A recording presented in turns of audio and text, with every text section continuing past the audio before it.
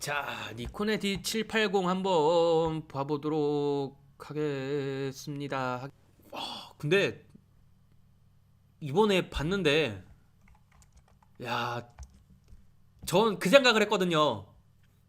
그러니까 제가 몇 번이고 말씀드린 게 미러리스 라인에서, 그러니까 A9 같이 미러리스 끝판왕의 바디를 캐논하고 니콘이 어떻게 내냐가 솔직히 저는 되게 궁금했는데, 이번에 D780 나온 거 보면서 굳이 미러리스 안 가도 미러리스의 장점을 DSLR에 붙여버리면 되네?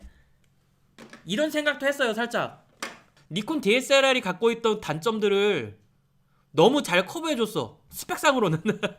자, 어쨌든 한번 보도록 하겠습니다. 외관을 한번 보죠. 거의 달라진 거 없어요. 외관을 보면은 외관상 제일 큰 변화는요, 플래시가 없어졌어요. 내장 플래시가. D750을 꺼내놓고 하자. 얘가 없어요. 요거 얘가 사라졌어요. 얘가 사라졌습니다. 내장 플래시가 없어진 게 솔직히 카메라 쓰면서 내장 플래시 써본 적 몇 번 없는 분들도 엄청 많겠지만, 또 그래, 이따가 없으면 그래요. 아쉬워. 거의 외관은 비슷하다고 보시면 돼요. D750하고 그렇게 업그레이드 되는 건 없다고 보시면 되고, 말씀드렸다시피 여기 카메라가 사라진다는 거, 그리고 여기 ISO 버튼이 생겼습니다. D750하고 비교해서. 여기 보시면 이제 몇 개가 사라졌어요. 칸이 조금 넓어졌고, 나머지는 비슷하다고 보시면 됩니다. 그렇게 큰 디자인의 변화는 없어요. 영상 쪽으로 이제 이런 게 조금 늘어났다는 거. 얘가 위로 올라갔네요. 여기다가 위로 올라갔고, 요쪽에 조금 변화 있고요. 나머진 거의 변화 없다고 보시면 돼요. 자, D780 이면 조사형 CMOS 센서와 화상 처리 엔진 엑스피드 6의 연계로 ISO 100에서 51200까지 뛰어난 고감도 성능 발휘. 이거는 이제 얘네는 기본 ISO고 얘는 확장 ISO죠. 자, 이제 기본 소형 멀티플레이어의 능력을 만난다. 멀티플레이어 맞죠? 그쵸? 보니까 이번에 AF에 대해 중점을 많이 뒀더라고요. 소니 쪽을 살짝 의식한 게 아닐까 싶어. AF 쪽에 엄청 게 많이 들어갔더라고 보니까. 자, 멀티플레이어 맞습니다. 이제는 멀티플레이어라고 해도 상관없을 정도로 잘 나왔어요. 자, 보다 강화된 51개 초점 포인트 AF 시스템 가로고 뷰파인더 촬영. 근데 어쩔 수 없는 거는 여기 이게 포커스 포인트들이 AF 포인트들이 모여있어. 이게 아쉬운 거는 뭐냐면은요, 사진을 찍다 보면은 이쯤에다가 구도를 놓고 찍을 때도 있고요, 이쯤에다가 그 포커스를 잡고 찍을 때도 있고, 그런데 750은 이게 생각보다 많이 약해요.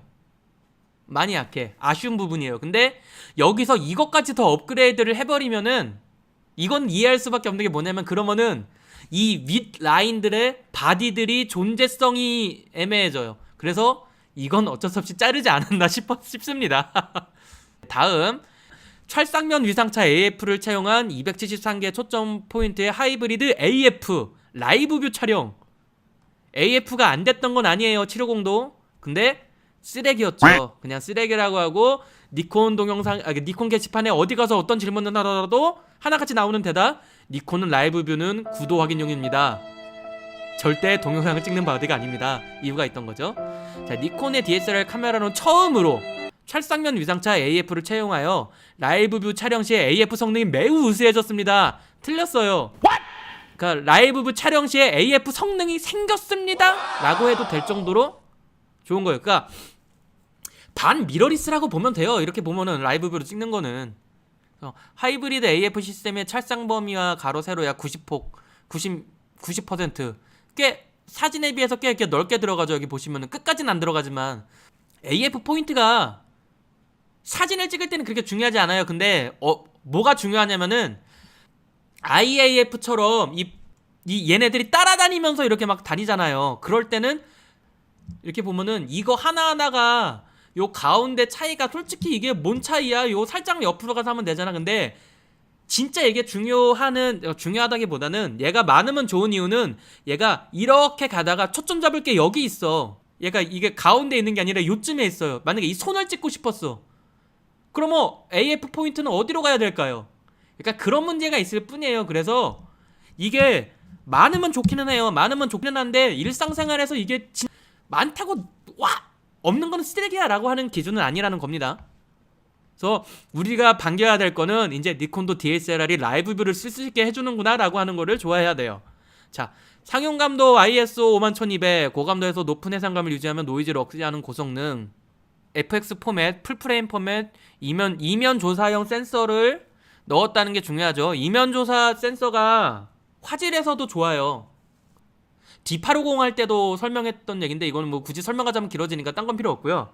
화질이 좋아지는 센서라고 보시면 되고, 뭐 상용감도 ISO 51200이라고 얘기는 하지만 12800에서 끝나요. 얘는 12800에서 끝나서 51200이면은 두 배이기 때문에 두 스탑 더 밝은 ISO를 쓴다고 보지만 실질적으로 요즘에 뭐 좋다 해봐 제 기준에는 거의 웬만하면 6400 정도. 그리고 6400까지 올려서 못 찍을 만한 사진이 몇 개나 있을까 싶어요. 다음 동영상 풀픽셀 리드아웃 방식의 풀프레임 4K UHD 동영상 30프레임 지원해주죠. FX 포맷 기반 동영상 형식 풀프레임으로 촬영할 수 있습니다. 4K UHD 30프레임으로 광각 렌즈 및 어안 렌즈의 넓은 화각과 표현력을 최대한으로 발휘할 수 있습니다. 또한 풀픽셀 리드아웃 방식에 의한 풍부한 정보를 활용하여 아름다운 영상을 표현합니다. 쉽게 말해서요, 제가 Z6를 산 게 한 반년 전쯤인데 얘가 반년만 먼저 나왔어도 저는 Z6 안 샀다는 얘기예요. 니콘에서도 이제 야 무슨 영상 야 DSLR에 무슨 뭐 동영상이야 이러다가 이제 얘네도 여러분 DSLR도 동영상이죠 라고 이제 탓에 전환한 거예요. 이 정도 스펙이면은 물론 뭐 타사바디 뭐 4K 60프레임 아마 제가 알기로는 이게 FHD로 가면은 120프레임까지 되는 걸로 봤거든요. 4K 30프레임이면은 웬만한 작업하는데 전혀 무리 없습니다. 진짜 내가 영상 전문으로 하시는 분들은 이 카메라 안 쓰죠. 그래서 일반인들이 찍기에는 뭐 더 이상 필요 없는 스펙이라고 봐요. 이 정도면 좋다고 봐요. 영상 찍을 때는. 아까 나왔네요. 말씀드린 거. 최대 2260프레임을 촬영할 수 있는 저소비 전력 설계. EL15가 D750 쓰는 배터리고 여기에 B가 붙어서 이번에 Z6 이렇게 시리즈 나오면서 새로 나온 배터리인데 1회 충전으로 약 2260프레임이 촬영이 가능합니다. 이거보다 더 오래 가요. 이거보다 더 오래 가. 그것만 알아주시면 돼. 더 오래 가고요. 자, 뷰파인더 촬영. 뷰파인더는 51개, 포커스는 51개는 동일해요. D750하고. 그리고 말씀드렸다시피 이게 그렇게 넓지 않습니다. D750의 단점 중에 하나예요. 얘도 다른 카메라들은 막 이쪽까지 이렇게 표현하는데 보시면 가운데서 끝나요. 여기 끝나. 요쯤에서 끝나요. 그래서 측거점으로 따지면은 왼쪽도 있고 오른쪽도 있지만 다른 바디들이 거의 이쯤까지 가는 거에 비해서 이쯤에서 이쯤까지 이렇게 넓게 쓸 수 있는 거에 비해서 생각보다 좁아요. 여기서 이것까지 좋게 해버리면은 팀킬이 돼버리기 때문에 요거는 우리가 이해를 해주자라고 아량 있게 넘어가자 이거죠. 이게 많이 좋아졌다 그러는 것 같더라고요. 그러니까 본 얘기로 아직 뭐 제대로 써본 사람이 몇 명이나 뭐 없으니까. 그런데 AF가 좋아졌다고 하는데 좋아지는 건 좋아요. 근데 D750도 AF가 못하는 바디는 아니어서 이렇게 뷰파인더로 찍을 때는 솔직히 얘를 쓰면서 제가 AF 때문에 짜증났던 적이 몇 번 없기 때문에 뭐 제가 기준이 낮을 수도 있어, 허들이 낮을 수도 있는데 그래도 D5랑 동등한 AF 알고리즘이면 좋지 뭐. 더 좋아졌다니까.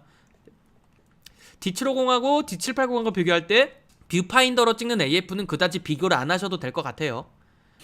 포커싱 표시의 정밀도 한층 향상된 초점 에이드, 수동 초점 시 뷰파인더 화상 내 초점의 점 등으로 초점이 맞았음을 알리는 초점 에이드 기능을 사용할 수 있습니다. 초점 표시의 확인으로 보다 세밀한. 근데 이것도 좋은데 피킹이라 그러나요?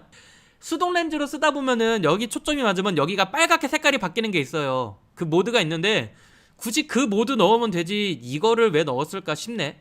더 업그레이드된 기능이 있는데 얘가 향상된 거는, 그러니까 이거는 신경 안 쓰셔도 되는 거예요. 뭐냐면은 얘가 봤는데 초점이 안 맞았어. 그러면 이거 여기에 초점이 안 맞았어요. 그러면은 이게 화살표가 이게 동그라미가 아니라 이쪽 화살표나 이쪽 화살표로 바뀌면서 솔직히 이거 보고 그래? 초점이 안 맞아서 조금 더 뒤로 당기라고? 아, 초점이 안 맞아서 앞으로 당기라고? 이거 하는 것보다 여기 그냥 빨갛게 불 나오게 보여주는 게 나아.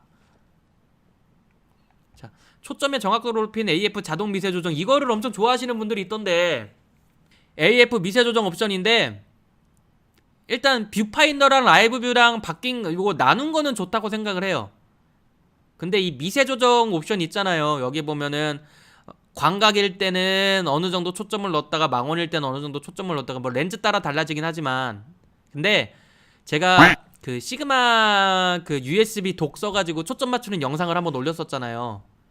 이거요, 나갔을 때 임시 방편으론 가능해요. 임시 방편으론 가능한데 이게 있다 그래서 그러면은 광각에선 이렇게 하고 망원에선 이렇게 하면 되니까 야 초점 고정이 필요 없겠네? 절대 생각하시면 안 됩니다. 나갔는데 갑자기 렌즈가 말을 안 들어서 초점이 너무 후핀이 잡힌다던가 그럴 때 임시 방편이 될 수는 있어도 이게 해결책이 되진 않아요. 어쨌든 뭐 좋은 기능이고, 그리고 핀 스트레스는 솔직히 없을 수가 없어요. 핀 스트레스가 정말 싫으면 미러리스를 가시면 돼. 근데 니콘 쓰면서 니콘 DSLR 쓰면서 핀 스트레스를 받는다라고 하면은 제 생각은 그래요. 미러리스로 가세요. DSLR에선 답이 안 나옵니다. 저는 그렇게 생각을 합니다. 어쨌든 이 기능 있으면 뭐 절대 나쁜 기능은 아니죠.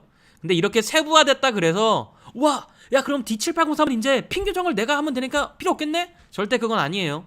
여기 보시면은 70200에 F4, 그러니까 70200이잖아요?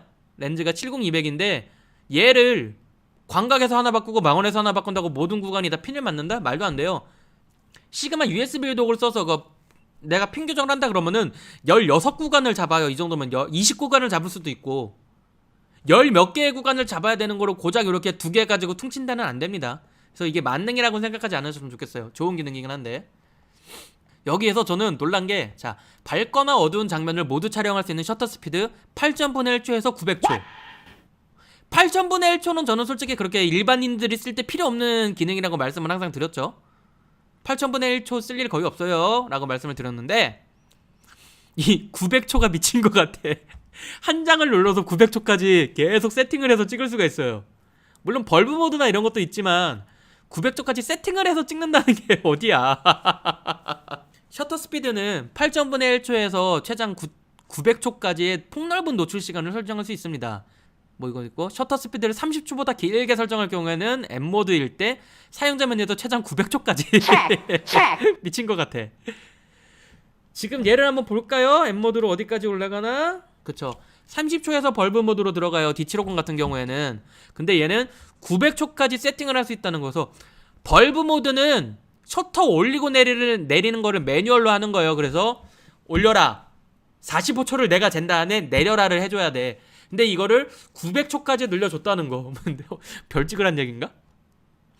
자, 찰나를 포착하는 약 7프레임 초당 7연사의 고속 촬영. 이거는 솔직히 내가 낯간지러워서 못 읽겠다. 낯간지러워서 못 읽겠어요.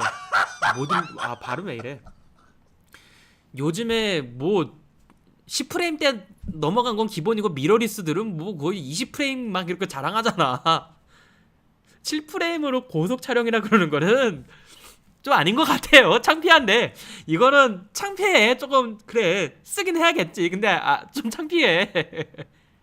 뷰파인더 상의 흔들림을 철저하게 제어합니다. 광학식 뷰파인더로 피사체를 실시간으로 하기로 하면서 최고양 7프레임, 초당 7장 찍는다는 얘기죠. 근데 7장이면은 제가 여기서는 이거 가지고 무슨 고속 촬영이라 그래 하지만 실생활에서 못 찍을 사진 거의 없어요. 그리고 요즘에는 영상들이 너무 좋아져가지고 4K 영상으로 찍은 다음에 그거를 캡처하는 게 더 나을 수도 있습니다. 4K 영상으로 찍으면은 30프레임까지 캡처해줘요. 물론 로우 파일이 아닐 뿐이지.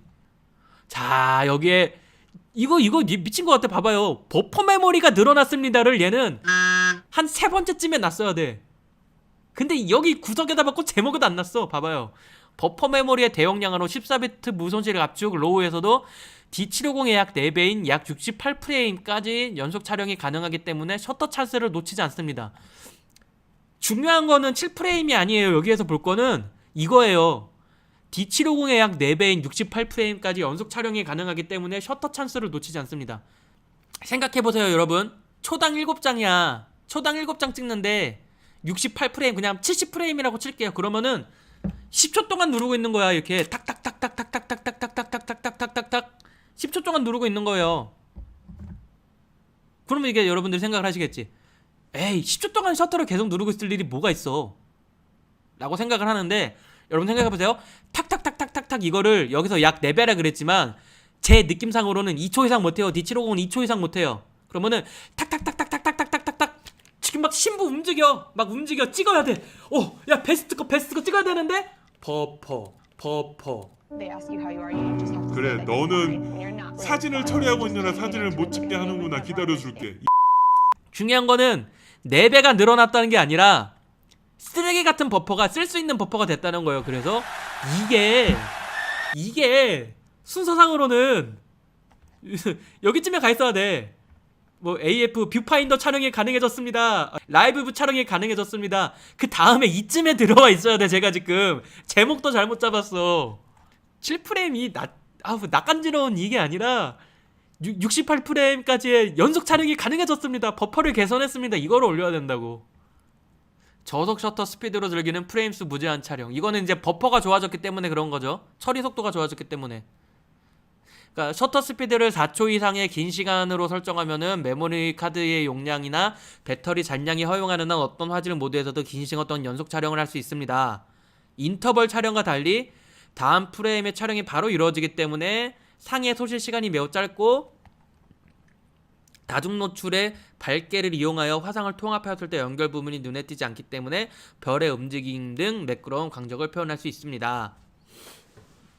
자, 인터벌 촬영하고 요거하고 좀 비교를 해봐야 되는데, 인터벌 촬영이 이거잖아요. 사진을 10초 동안 찍어요. 10초 동안 찍어라. 그 다음에 찰칵 하는 게 10초야. 근데 이게 찍고 나서 이제 사진을 처리해야 돼요. 사진을 처리해야 돼. 그렇기 때문에 인터벌 기간을 둬야 돼요. 10초 동안 찍은 사진을 카메라가 처리하고 다음 사진을 찍는 거예요. 그래서 인터벌 기간을 둬야 돼. 뭐 물론 다른 이유 때문에 인터벌 기간을 두기도 하죠. 시간의 그 흐름을 보여주기 위해서 그런 것도 있는데, 이런 인터벌 시간을 넣어줬어야 되는데, 이게 이제 얘네가 말하는 거는 찰칵 하는 시간이 4초만 되면은 너네는 무한정 연사를 때릴 수 있다라는 거죠. 이거는 쉽게 말해서 컴퓨터 CPU가 엄청 좋아졌다고 생각을 하시면 될 것 같아요. D780 넘어가면서 그냥 처리 속도가 엄청나게 빨라졌으니까 사진을 찍어도 상관없다. 4초만 주면은 우린 그 사이에 모든 걸 다 처리할게. 네가 아무 짓을 해도 상관없게 라고 얘기를 하는 거죠. 자, 라이브 뷰 성능, 얘도 엄청 위로 올라가야 되는 건데, 찰상면 유상차 AF 및 콘트라스트 AF를 자동으로 전환하는 하이브리드 AF. 카메라 최초입니다. 최초. 지금까지 니콘 DSLR은 라이브 뷰를 보면서 AF를 잡기가 엄청 힘들고 영상을 못 찍는 카메라들이었어요. 잠깐만요. 아까 읽었으니까 여기 다 말씀드렸죠? 그 다음에 굳이 273개가 필요한 건 아닌데 더 넓어도 좋기는 하다 정도. 273개가 쓰레기는 아니다. 좋습니다. 최적의 모드를 선택할 수 있는 풍부한 AF 영역 모드라고 있지만요, 기본적으로 AF 모드는 자기가 쓰는 것만 쓰기 때문에 이거는 그냥 넘어가도 된다고 봐요. 저는 좋은 거는 이거죠. 더욱 강화된 자동 영역 AF의 얼굴 인식 성능. 라이브 뷰 촬영에서 자동 영역 AF 시의 얼굴 인식 성능은 피사체 추적 동작을 종합하여 새로 개발된 AF 알고리즘에 쭉쭉쭉쭉쭉쭉쭉쭉쭉쭉쭉. 자, 여기 보면은 카메라가 인식한 인물이 옆을 보거나 일시적으로 뒤를 돌아보아도 초점을 계속 조절하며 추적합니다. 움직임이 있는 촬영도 구도나 표정에 집중하여 촬영할 수 있습니다. 우리가 A9, AF 끝판왕이라고 하는 소니의 미러리스 A9 볼 때 어디서 사람들이 우아하고 야 이건 미친 거 아니야 라고 그랬어요? 그러니까 얼굴 인식 AF는 보통 얼굴이 있단 말이에요. 눈이 있어야 되고 코가 있어야 되고 입이 있어야 돼. 근데 이렇게 하다가 뒤로 돌았어 이렇게. 근데도 AF를 잡는 거죠. 사람들이 놀랐죠. 이거도 이제 가능하다고 얘기하는데, 이거요, 가능하다와 잘 된다는 나와봐야 알아. 요거는 사실 분들, 구매하실 분들은 보고 나중에 딴 사람들이 얘기하는 거 보고 그 다음에 구매해도 절대 늦지 않아요. 구도에 집중하여 촬영할 수 있는 자동 영역 AFC의 눈 인식, 당연히 좋아져야죠. 라이브 뷰를 쓸 수 있게 만들어 줬는데 좋아져야죠. 제가 Z6를 써본 결과 나쁘진 않아요. 일상생활에서 나쁘진 않아요. 근데 순간적인 거를 촬영하고 싶다 하면 저는 아직도 물음표라고 생각을 해요. 아마 비슷한 모듈을 썼으면은, 비슷한 알고리즘이나 이런 걸 들어갔으면은 나쁘진 않지만 베스트는 아니라고 생각을 합니다. 그리고 저는 사진 찍는 재미를 좋아하기 때문에 구도 잡고 찰칵이 아직도 좋아요. 가만히 누르기만 하는 건 솔직히 재미없더라고. 요거는 그래도 조금 마음에 드는 것 같아. 핀포인트 AF 라이브 뷰 같은 경우에는 얘가 생각보다 넓어요. 이게 생각보다 넓어. 근데 이거를 완전 좁혀가지고 여기 보시면 접사 같은 거 찍는 것처럼 진짜 딱 요 부분만 초점을 맞추게 해준다. 좋은 기능이죠. 자, 진동이나 기구에 떨림이 없는, 요게 무음 연속 촬영이 12프레임 1초에 12장을 찍는다는 건데, 근데 제가 지금까지 써본 그 Z6 같은 경우에는 뭐 기계식 셔터 전자식 셔터의 차이겠지만, 무음 촬영할 때 제가 보기엔 블러가 좀 많이 나왔어요. 지금까지는 무음 촬영으로 놓고 찍으면. 그게 이제 전자식 셔터를 써서 그러겠지? 이게 미러나 셔터를 동작시키지 않고 전자 셔터에 의해 무음 촬영이 가능하기 때문에, 그래서 스펙상으로는 이게 되지만 이건 한번 봐봐야 될 것 같아요. 자, 어두운 장면에서도 완성 있는 촬영이 가능한 고성능의 저조도 AF 7스탑까지. 근데 저 D750이 아마 5스탑인가 그럴 거예요. 5스탑인가 그럴 거야. 마이너스 5인가 그럴 텐데. 근데 라이브 정지 화상 촬영에는 뭐 온으로 설정하면은, 근데 이거는 봐야 알아요. 제가 그 작년에 P&I 갔을 때 캐논 부스에서 그 얘기 했잖아요. 그 P&I 가서 부스를 보면은, 부스의 배치도를 보면은 이 회사가 뭐를 밀려고 하는 게 보인다고. 소니 같은 경우에는 자전거 타고 뛰어다니는 사람, 그리고 동물들 갖다 놓고 동물 AF, 그러니까 동물 AF, 그 다음에 자전거 타고 막 뛰어다니고 이런 거 뭐 하면서 미친 듯한 AF를 그러니까 우리는 자신 있다라고 했었고, 니콘은 딱히 없었고 동영상 부스를 크게 만들어 놨었어요. 우리도 이제 동영상 된다. 여러분, 니콘도 이제 동영상이 되어 어필하고 싶었고, 캐논에서는 우리 이렇게 어두운 데서도 사진 잘 찍어요라는 걸 어필하고 싶었는데, 제가 그때 말씀드렸던 그건 실패였다고. 못 잡는데? 캐논에서는 스펙상으로는 자신이 있었지만 솔직히 못 잡았어 그때 많이. 그 관계자분 만약에 올해에도 그거 하게 된다면 조금 더 밝게 해주세요. 너무 어둡더라. 자신감이 너무 넘쳤어 캐논이. 그래서 하는데 이것도 봐야 돼요. 근데 요거 하나는 말씀드릴 수 있어요. 얘가 D750에서 업그레이드 됐다고 치고, D750도 절대 어디 다른 바디들에 비해서 어두운 데 있는 사진을 못 찍는 바디가 아니기 때문에 그냥 어두운 데서 잘 찍힌다고 보시면 돼요. 그냥 간단하게 말씀드려 780이 못 잡는다? 다른 카메라도 못 잡는다라고 생각을 하셔도 될 정도로 완성도가 있습니다. 원래 뭐 니콘 카메라들은. 자, 터치 패널 드디어 나왔습니다. 근데 왜 틸트야? 제발 스윕을 좀 달아줘라 니콘아. 진짜 얘네는 스윕을 죽어도 안 달아줘. 아까 누가 말씀하셨는데 D780 가실 건가요? 라고 했을 때 스윕이 달려 나온다면 저는 갔을 거야. 자, 화상 모니터에는 터치 패널을 채용하였습니다. 터치 AF와 더불어 고속 고정mirror를 실현한 273개 초점 포인트. D750보다 더 직감적이고 손쉽게 촬영할 수 있습니다. 이거는 확실하더라고요. 초점 잡고 따닥해서 눌러가지고 사진 찍고 이런 게 정말 편하더라고. 터치가 이럴 때는 편하더라고요. 아쉬운 거는 여기까지는 100점인데 왜 스윕을 안 달아주니? 동영상이 이렇게 좋아. 아니 왜 안 달아줘? 스윕을 좀 달아줘 제발. 스윕을 쓰고 싶다고 나는. 이렇게 그러니까 저거 그건데 요거예요. 얘를 이렇게 틸트는 어차피 D750도 똑같은데, 틸트가 뭐 이렇게 위로 올라가는 틸트도 있고 위로 가서 이렇게 보여주는 틸트도 있고 아래로 내려서 보여주는 틸트도 있는데, 얘를요 이렇게 해서 스윕으로 넘겨버리잖아요. 그러니까 스윕은 옆으로 가서 이게 도는 거니까 얘가 이게 여기에서 이렇게 열려가지고 이렇게 도는 게 스윕이잖아요 옆에서. 근데 이렇게 옆으로 가서 스윕을 쓴다는 거의 장점은 뭐냐면은요, 옛날에는 셀카 막 이런 얘기 했었는데, 셀카 이런 얘기 했었잖아요. 그게 아니라 제일 좋은 건 뭐냐면은, 여러분 이게 되는 순간요, 틸트가 이게 아니라 옆으로 가서 돌잖아. 그럼 뭐가 되냐면은, 제가 여기서 영상을 하나 녹화한다고 해볼게요. 앞에다 카메라를 세워두고 이렇게 놓고 이렇게 세워놓고 제가 영상을 녹화하고 있어요. 그러면은 제일 문제가 뭐냐면은, 내가 찍는 걸 내가 못 봐. 나는 모니터 연결하면 되지만 내가 찍는 걸 내가 못 봐요. 틸트 같은 경우에는 문제가 뭐냐면은요, 위로 올리거나 아래로 올렸을 때 이게 만약에 야외야, 위로 올리면은 외장 마이크에 닿고요, 아래로 내리면은 삼각대에 닿아요. 못 봐요. 그래서 옆으로 빼주는 게 최고야. 이거는 정말 아쉬운 점입니다. 제가 아주 엉망진창이고 그 파나소닉의 G85를 샀던 이유 중에 GX85하고 G85하고 솔직히 스펙 차이가 없는데 가격이 2배 차이 나거든요. 딱 제가 보기엔 딱 2개 차이 나. 뭐냐면은 마이크를 꼽을 수 있느냐 그 다음에 액정이 돌아가느냐. 전 그 진짜 단순한 이유인데 그것 때문에 돈 쓰는 거지. 그렇죠, 니콘의 고집이죠. 얘네는 그렇다고 내가 니콘 카메라 쓰면서 스위블 액정을 쓰겠다고 이제 와서 막 니콘 5000번대 라인을 쓸 수는 없잖아. 아쉬워요. 12개의 항목의 사용자 설정이 가능하도록 새로워진 메뉴. 요즘에 추세는 이거죠.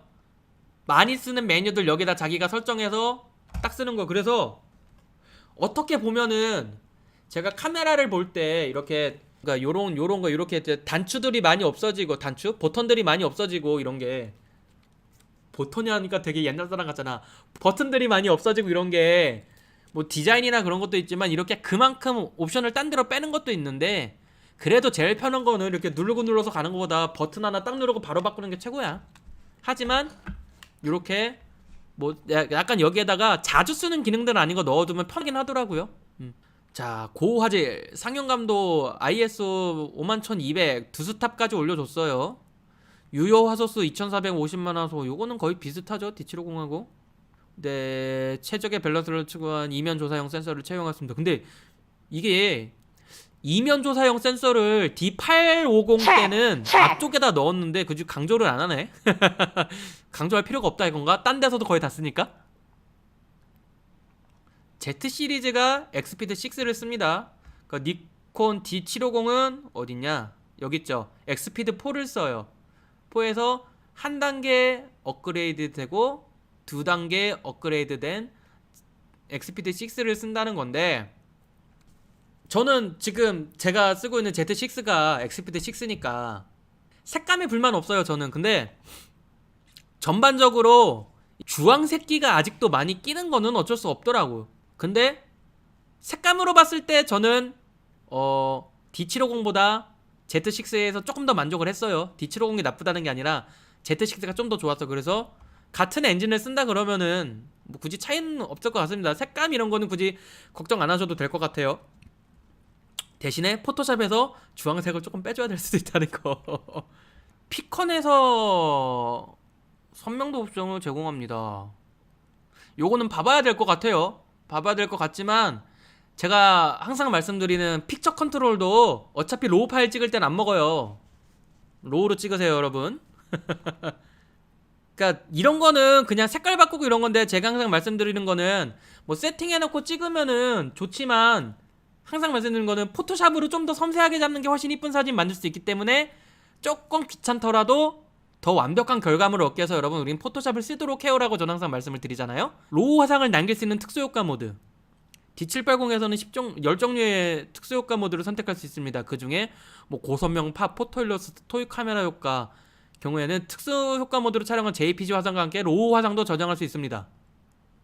이게 같이 저장된다는 거면 대박인데, 그냥 로우 파일을 따로 해서 저장해준다라고 하면은 그거네요. 내가 로우 파일로 찍어서 이거를 JPG, 그러니까 바디 안에서 JPG로 변환해서 그거를 이제 특수효과를 매길 수 있다는 장점이 없어지는 거긴 한데, 그래도 나쁘지는 않죠? 그러니까 JPG밖에 저장 안 되는 걸 로우 파일 원본이라도 저장해준다는 거는 집에 가서 마음에 안 들면 내가 보정하면 되는 거니까 나쁜 건 아닌데, 그래서 뒤로 빠졌나? 갑자기 뒤로 빠진 이유가 그게 아닐까라는 킹리적 가심을 하면서. 고화소에 1800K, 180K 뭐냐 이게 몇백만이냐 씨. AF가 좋아졌다는 거고, 플리커 현상을 감소할 수 있습니다라고 하는데, 이거는 제가 죄송해요, 이 기술은 제가 공부를 안 해서 몰라. 뭔지 무슨 말인지 모르는데, 플리커가 없어진다면 좋은 거죠. 플리커 때문에 요즘 스트레스 많이 받아. 자, 화이트 밸런스 자연광 자동. 판별한 광원을 자연광에 한정시켜 최적의 화이트 밸런스를 재현할 수 있게 되었습니다.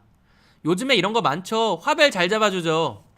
예전에는 한 10년 넘어가지고 그때쯤만 하더라도 화벨 잘 잡아주는 카메라가 색감 좋다는 얘기 엄청 많았어. 색감과 화벨을 구분 못하시는 분들이 많았죠. 근데 요즘에는 그러니까 웬만큼 찍어도, 그러니까 어디에서 대충 오토 모드로 찍어도 화벨은 거의 깔끔하게 다 나오는 것 같아요, 카메라들이. 자, 화이트 밸런스의 수동 프리셋 데이터 취득. 이거는 내가 옛날에 이 기능 있는 거 몇 개 써봤는데 들어가지 않았을까요? 요거는 예전 바디들에 많이 있던 기능인데 다시 생겼네요. 근데 이게 좀 더 타는 법이 빨라졌다는 것 같은데, 여러분, 우리가 로우 파일로 찍는 이유는 뭐라고요? 집에서 화벨을 잡기 위한 거라고요. 좋은 기능이긴 한데 이것까지 다 쓸 정도 실력이시면 이미 화벨을 잘 잡으실 거라고 봐요. 뭐냐면은 쉽게 말해서 화벨을, 내가 원하는 화벨을, 그러니까 내가 여기 찍다가 저기 찍으면 화벨이 틀어지잖아요. 여기 찍다 저기 찍었을 때 내가 지금 보고 있는 거를 기준으로 화벨을 금방 잡을 수 있다는 얘기예요. 여기 찍다 저기 찍으면 달라져야 되는데, 근데 여러분 말씀드리잖아요. 로우로 찍으면 모든 게 해결돼요. 귀찮게 이런 거 하지 말자고. 저거 세팅할 시간에 한 주당 더 찍으면 되죠. 말씀드렸던 하이라이트 중점 측광, 아까 말씀드렸죠. 밝은데 전구 하나 들어오면 그것도 적당히 계산해서 찍어준다고. 이런 기능 이제 거의 다 들어가 줘야죠. 그래서 뻥 날아가고 이런 거 엄청 많이 없어졌죠, 요즘에. 플리커 현상 감소 기능, 아까 위에서 말했던 그 센서가 바뀌어서 사진 촬영 시에도 플리커 현상 감소 기능을 사용할 수 있습니다.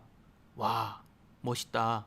플리커에 의한 가장 밝은 부분을 카메라가 검출하여 항상 밝은 순간에 셔터가 눌러지도록 자동으로 타이밍을 늦춰 촬영하기 때문에 안정된 노출을 얻을 수 있습니다.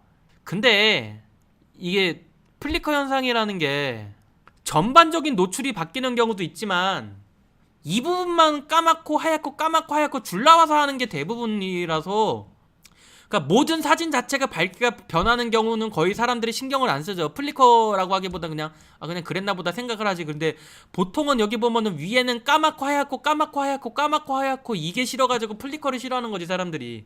액티브 디라이팅 로우 파일 적용 안 됩니다. JPG엔 적용돼요. 근데 하루에 몇천 장 찍을 때는 정말 좋은 기능이긴 해요. 어두운데 밝게, 밝게는 어둡게.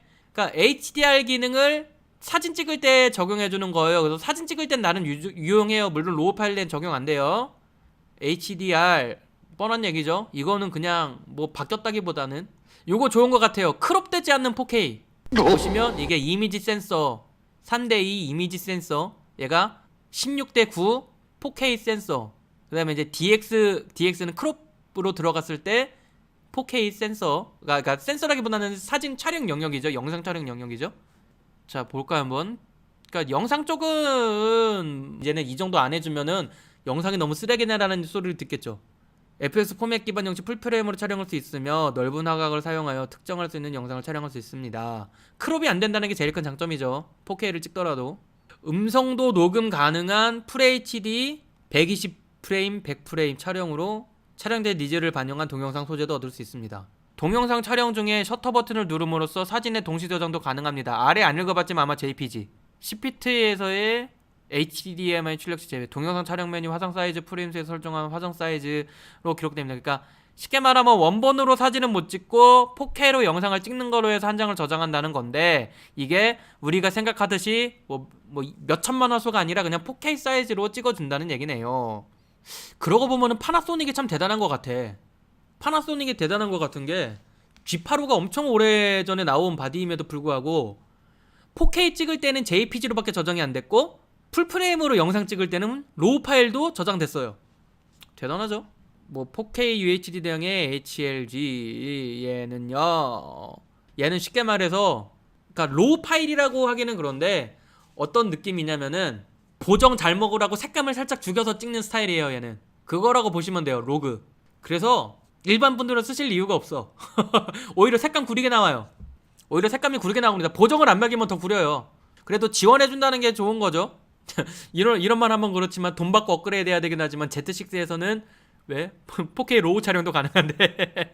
근데 여기 보면은 외부 레코더가 대응하지 않을 경우 간이 계정 보정을 실행하는 뷰 어시스트 기능을 사용하여 촬영 시에 표준적인 영상으로 카메라 화상 모니터에 표시할 수 있습니다.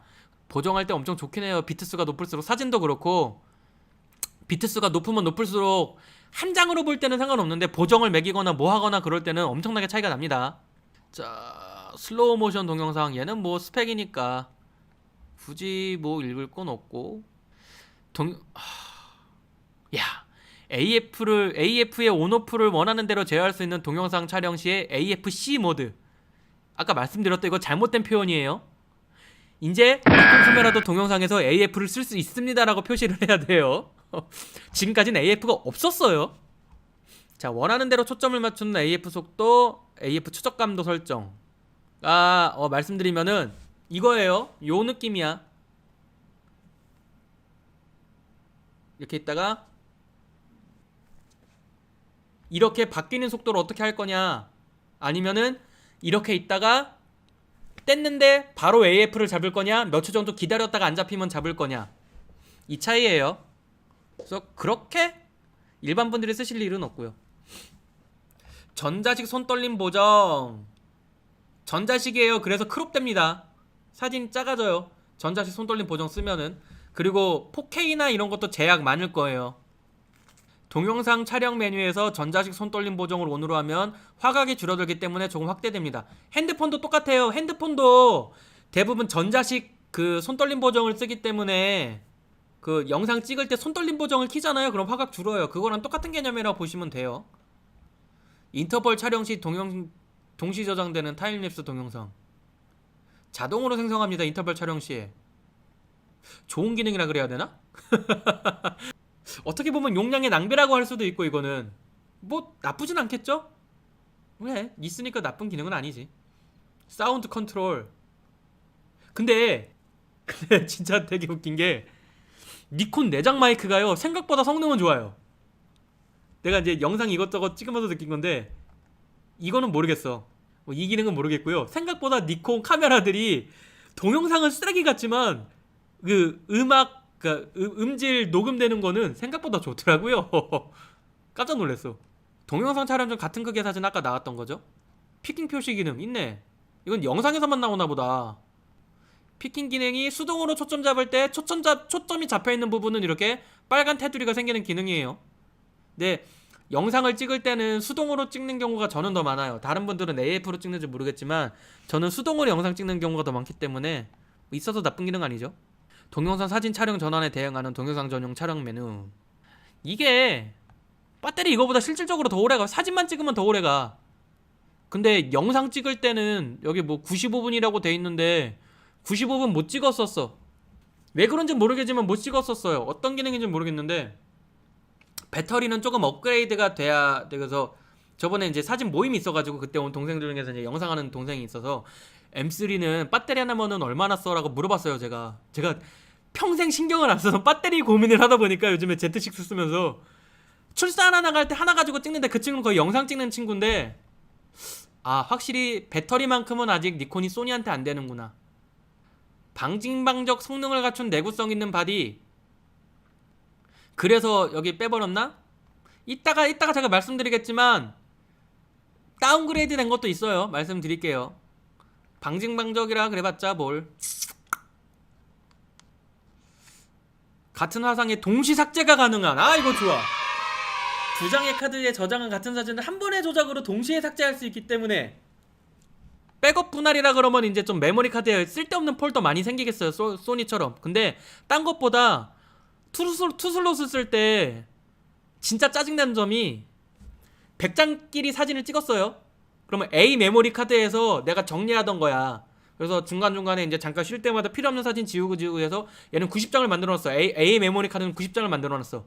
근데 나중에 내가 실수로 B 메모리 카드를 꺼내가지고 이거 넣고 작업을 하잖아. 그러면 이 사진 지웠던 것 같은데 이러면서 다시 셀렉하는 경우가 가끔 있었어요. 요즘엔 거의 없어. 버릇이 돼가지고.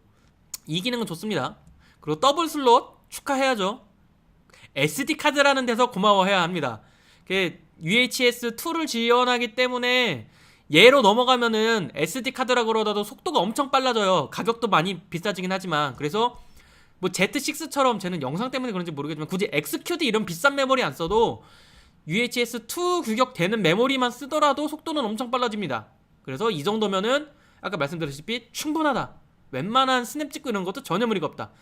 대신에 아까 그 4초 간격으로 무한정으로 사진 찍을 수 있다. 뭐 68장의 연사가 가능하다. 로우 파일로. 이거 하려면은 메모리가 얘는 돼야 될 거예요. 그냥 SD 카드 가지고는 처리 속도가 느려질 수도 있어요. SD 카드 때문에. 카메라는 빠른데 메모리가 느려서. 15만회 릴리즈 테스트를 통과한 뛰어난 내구성의 고정면 셔터. 15만회라고 하지만 제가 2대 쓰고 있잖아요. 하나는 34만인가쯤에서 셔터 고장 났고, 하나는 지금 요즘에 사진을 너무 안 찍어서 그런데 몇 장인지 모르겠는데 한 30만 정도 할 거예요. 하나는.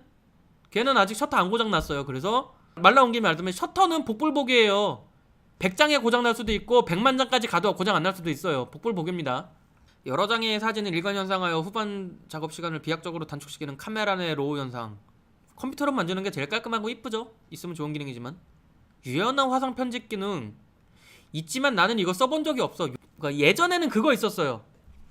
밖에서 카메라로 어떻게 좀 색감 바꾸고 이렇게 보정해가지고 그 메모리를 핸드폰에 꽂아서 핸드폰에서 카톡으로 쏴주면 애들이 우와 이런 게 돼요? 라고 했지. 근데 요즘에는 뭐예요?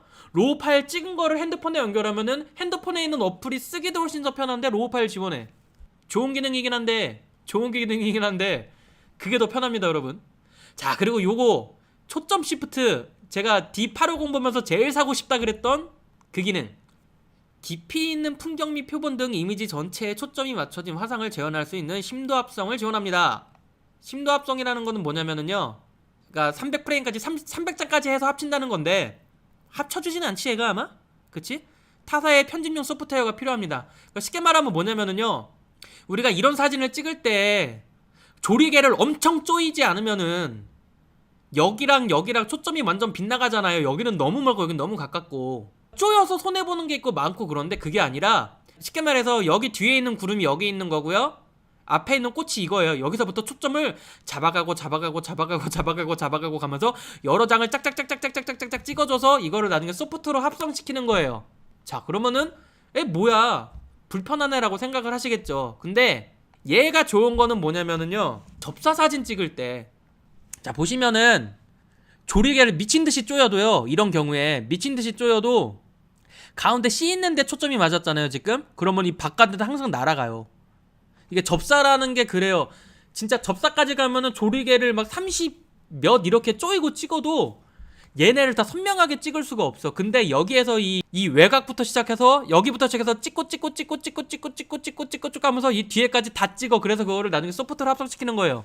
일반 분들은 솔직히 쓸 기는 거의 없어. 여기서 이걸 찍어서 합성하느니 그냥 조리개 조이고 찍지 뭐 이러면 돼요.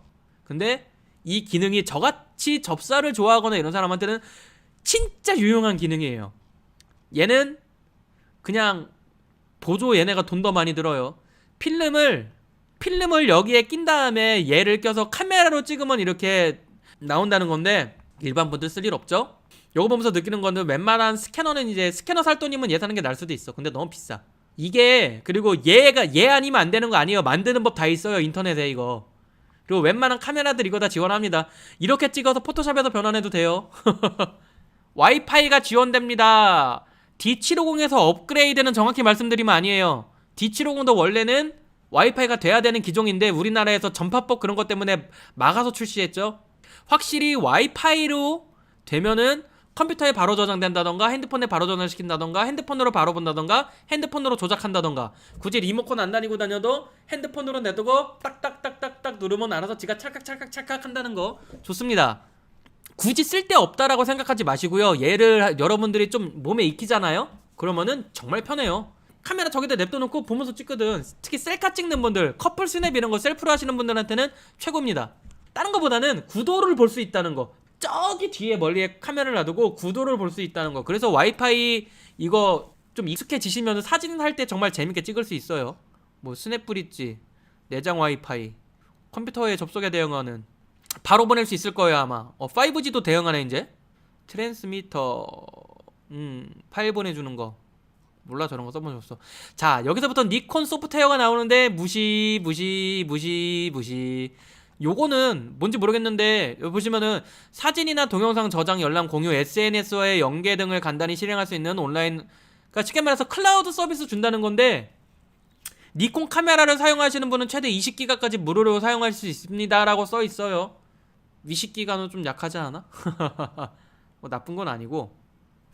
로우 파일로 찍을 때 12비트, 14비트, 그러니까 최고 한 장에 27메가라고 하는데 30메가 정도라고 생각을 하면 되는데요. 보통 사진은 이거보다 용량 작게 나와요. 왜냐면 사진 안에 데이터가 없는 부분도 있기 때문에 어둡거나 하얗거나 그래서 보통 한 24, 5메가 정도 생각하시면 될 것 같아요. 최고 화질 로우 파일로 찍으면 한 24, 5메가 정도 되지 않을까. 32기가짜리 메모리를 쓸 때 보시면 아까 제가 말씀드렸죠. 비싼 SD 카드 썼을 때 UHS-2 버전의 비싼 SD 카드 썼을 때 이렇게 찍을 수 있다는 거예요. SD 카드가 구리면 이만큼 영상 안 나옵니다. 많은 기능이 좀 제약이 받아요. 작품 예시니까 넘어가고, 자, 여기까지 제가 설명드렸는데 욕먹어야 될 거 하나 있어요.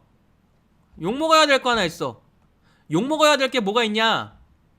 자, 니콘의 이놈들이 요즘에 맛을 들린 게 하나가 있어요. 세로 그립을 안 만들고 배터리 그립을 만들어요. 무슨 차이냐. 저는 세로 그립에 돈 쓰는 거 아까워서 메이커 거 싼 거 사는데 메이커 것도 괜찮아요. 보시면, 자, 여러분, 세로 그립이라는 게 뭐예요? 보통 우리가 사진을 찍을 때 이렇게 찍잖아요. 근데 얘는 가로로 사진이 찍히죠. 지금 보시는 것처럼. 근데 인물 사진 같은 경우는 세로로 찍는 경우가 많죠. 그래서 이렇게 찍는 게 불편하고 뭐 기타 등등이 있기 때문에 이렇게 세로 그립이라는 걸 달아가지고 이렇게 찍는 거가 불편하니까 이렇게 편하게 찍는 경우도 있죠. 이렇게 편하게 찍는 경우도 있죠. 그리고 두 번째로 아무래도 이제 D750이 바디가 좀 작다 보니까 좀 조금 손이 큰 남성분들 같은 경우에는, 저는 남자치고 손이 좀 작은 편이라서 이렇게 잡았을 때 이렇게 보시면 남는 부분이 생기죠. 이렇게 남는 부분이 있는데 이게 손 큰 남자분들 같은 경우에는 많이 힘들어 하시더라고요, 이게. 그래서 요 세로 그립을 끼시는 분들도 있어요. 그래서 뭐 배터리를 끼기 위해서 세로 그립을 하시는 분들도 있고, 근데 세로 그립이 아니라 배터리 그립이라 그래요. 뭐냐면은 이 세로 그립에 여기 있는 버튼들이 없어진 거예요. 그래서 이렇게 자꾸 셔터를 어이구 깜짝이야, 내 쓴소. 이렇게 자꾸 셔터를 못 누르게 해버렸어요. 여기 셔터가 없다고.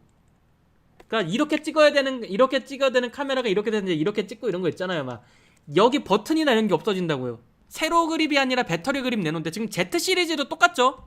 Z 시리즈도 세로 그립 없어요. 뭔 차이냐면은, 이거는 확실한 정보인지 모르겠는데 아마 확실한 것 같아요. 여기 보시면은 이런 접점이 없대요. 접점이 없대. 그 말은 뭐냐? 세로 그립에서 데이터를 보낼 방법이 없다. 그 말은 뭐냐? 세로 그립이 없단 얘기다. 욕먹어야 돼요. 세로 그립이 얼마나 편한데. 물론 저는 잘 안 씁니다. 근데 쓸 때는 엄청 편해요. 무거워서 못 써. 저는 요즘에 몸도 안 좋아서.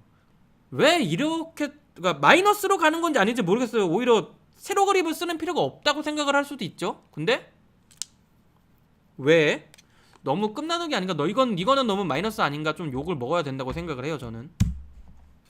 자, 24120 렌즈 물려 나오면은 2,800달러. 도대체 얼마나 바디 단품은 처먹는 게야? 2,300달러가 나오네요. 어디까지 떨어질까요? 자, 여러분, 여기서 우리는 비교를 안 할 수가 없어요. D750 신품이 95만원 2,700만원, 한 3배 정도 되는 가격이네요. 자, 여러분, D780을 한 대 사면 D750을 3대 살 수 있습니다. 이거는 고민이 좀 되는 가격이긴 해요. D750이 한 150만원만 됐었어도 이거는 D780 쪽으로 좀 기우는데, 신품 95만원은 너무하잖아. 너무 싸잖아. 2,300달러면은 뽐뿌가 안 오네요. 이게요, 가격으로 따지면은 솔직히 비싼 건 아니에요. D750도 초기 출시가는 비쌌어요. 근데 지금 D750이 너무 싸서 그래. 말씀드리는 게 애매한 게 근데 뭐 DSLR, 미러리스 이거를 떠나서 이제 거의 전 세대 바디가 이제 소니 A7도 이제 4세대가 나와야 되고, 니콘도 이제 뭐 다음 세대 넘어서 됐는데, 이 전 세대 바디들 D750, A7, M3가 이런 애들이 가성비가 너무 좋아서 안 돼. 안 돼, 진짜. 2,000달러 정도로 나왔으면 모르겠는데, 근데 가격은 소니 A7 R4 가격 떨어지는 거 보셨죠? 가격이 비싸다고 하면은 이제는 고를 수 있는 선택지가 많기 때문에 알아서 떨어집니다. 가격까지 얘기하면 답이 안 나오는 거고. 제대로 나온 바디긴 해요. 거의 이제 그 끝나누기가 화소하고 기타 AF 포인트 이런 거 자잘한 거로 될 것 같은 느낌이야, 이제 니콘도. 근데 이렇게 안 할 수 없는 게 기사나 이런 게만 보고 아래 리플들을 많이 보다가 뭐지? 어떤 분이 그렇게 글을 쓰셔서 이 정도면은 팀킬바디 아닌가요? 라고 물음표 썼더니 그 아래에다가 다른 분이 어떻게 댓글을 달았냐면은 요즘에는 이 정도로 안 내놓으면 못 팔아요. 근데 그게 맞는 것 같아요. 너무 상향 평준화 되고 있어. 너무 우리한테는 좋은 거죠. 근데 가격까지 상향 평준화가 되고 있어. 이거는 가만히 냅두면 돼요. 안 팔리면 알아서 깎여요. 1년 있다 어디까지 떨어질지 보고 우린 1년 있다 사면 돼요. 간단하잖아. 굳이 내가 지금 카메라가 꼭 D780이 없으면 안 돼 하시는 분은 사시면 되는 거고. 성능은 좋은데 비해서 업그레이드는 됐는데 확실히 포지션은 물음표. 상업사진 하시는 분들은 미러리스 쓰면은 아 뭐야 저렇게 조그만 카메라 가지고 사진을 찍어 이렇게 생각하는 분들이 아직도 많기 때문에 DSLR을 쓸 수밖에 없어요. 뭐 그런 경우에는 좋은 선택이 되겠죠. 근데 다른 것보다 그냥 우리 개인적으로 그냥 사진을 좋아하는 사람들의 입장에서 일하는 사람들 말고 입장에서 제가 보면은 D750의 가격을 생각했을 때 그러니까 그냥 100만원하고 250만원이라도 잡을게요. 150만원의 가격을 더 주고 할 정도의 가치가 있을까라고는 물음표. 어쩔 수 없는 게 D750이 너무 잘 나왔었어. 싼 가격에. 그리고 D80이 너무 잘 나와서 D80 업그레이드를 하기도 좀 힘들 거야. D850 포지션이 조금 애매한 것 같아요. 잘 나오긴 했는데 그래서 가격대가 만약에 한 100만원 후반대로 떨어진다 그러면은 경쟁력 있는 바디임은 분명해요. 근데 지금 환율 계산해서 250만원이 넘는다는 조금 물음표. 가격으로 봤을 때는 좀 물음표. 잘 나온 바디임은 분명해. 근데 D750과 A7 M3가 너무 잘 버텨주고 있어. 아쉬운 것 같아요. 근데 그 메류님 A7보다 스펙이 살짝 상이라고 하시지만 스펙만으로는 또 못 보잖아요. 그래서 이것저것 생각하면은 그리고 AF나 이런 거 생각하면은 나는 아직도 영상은 니콘은 조금 빠르다. 우리는 니콘의 미러리스 2세대를 기대합시다. 좋은 거는 그건 것 같아요. 하향 평준화가 아니라 상향 평준화. 색감의 캐논, AF의 니콘. 야, 캐논 색감 좋으면 뭐하냐? AF가 쓰레기인데. 야 니콘 사진 잘 잡으면 뭐하냐? AF 잘 잡은 사진이 색감이 쓰레기인데. 맨날 싸우고 이러던 거 이제 거의 다 상향 평준화 됐죠. 뭐 캐논도 AF 좋고 니콘도 색감 좋고. 그러니까 우리는 그냥 가만히 있다 보면 나중에 싼 거 사면 되잖아. 그쵸? 뭐 그냥 가만히 있다 싸게 나왔네. 오케이.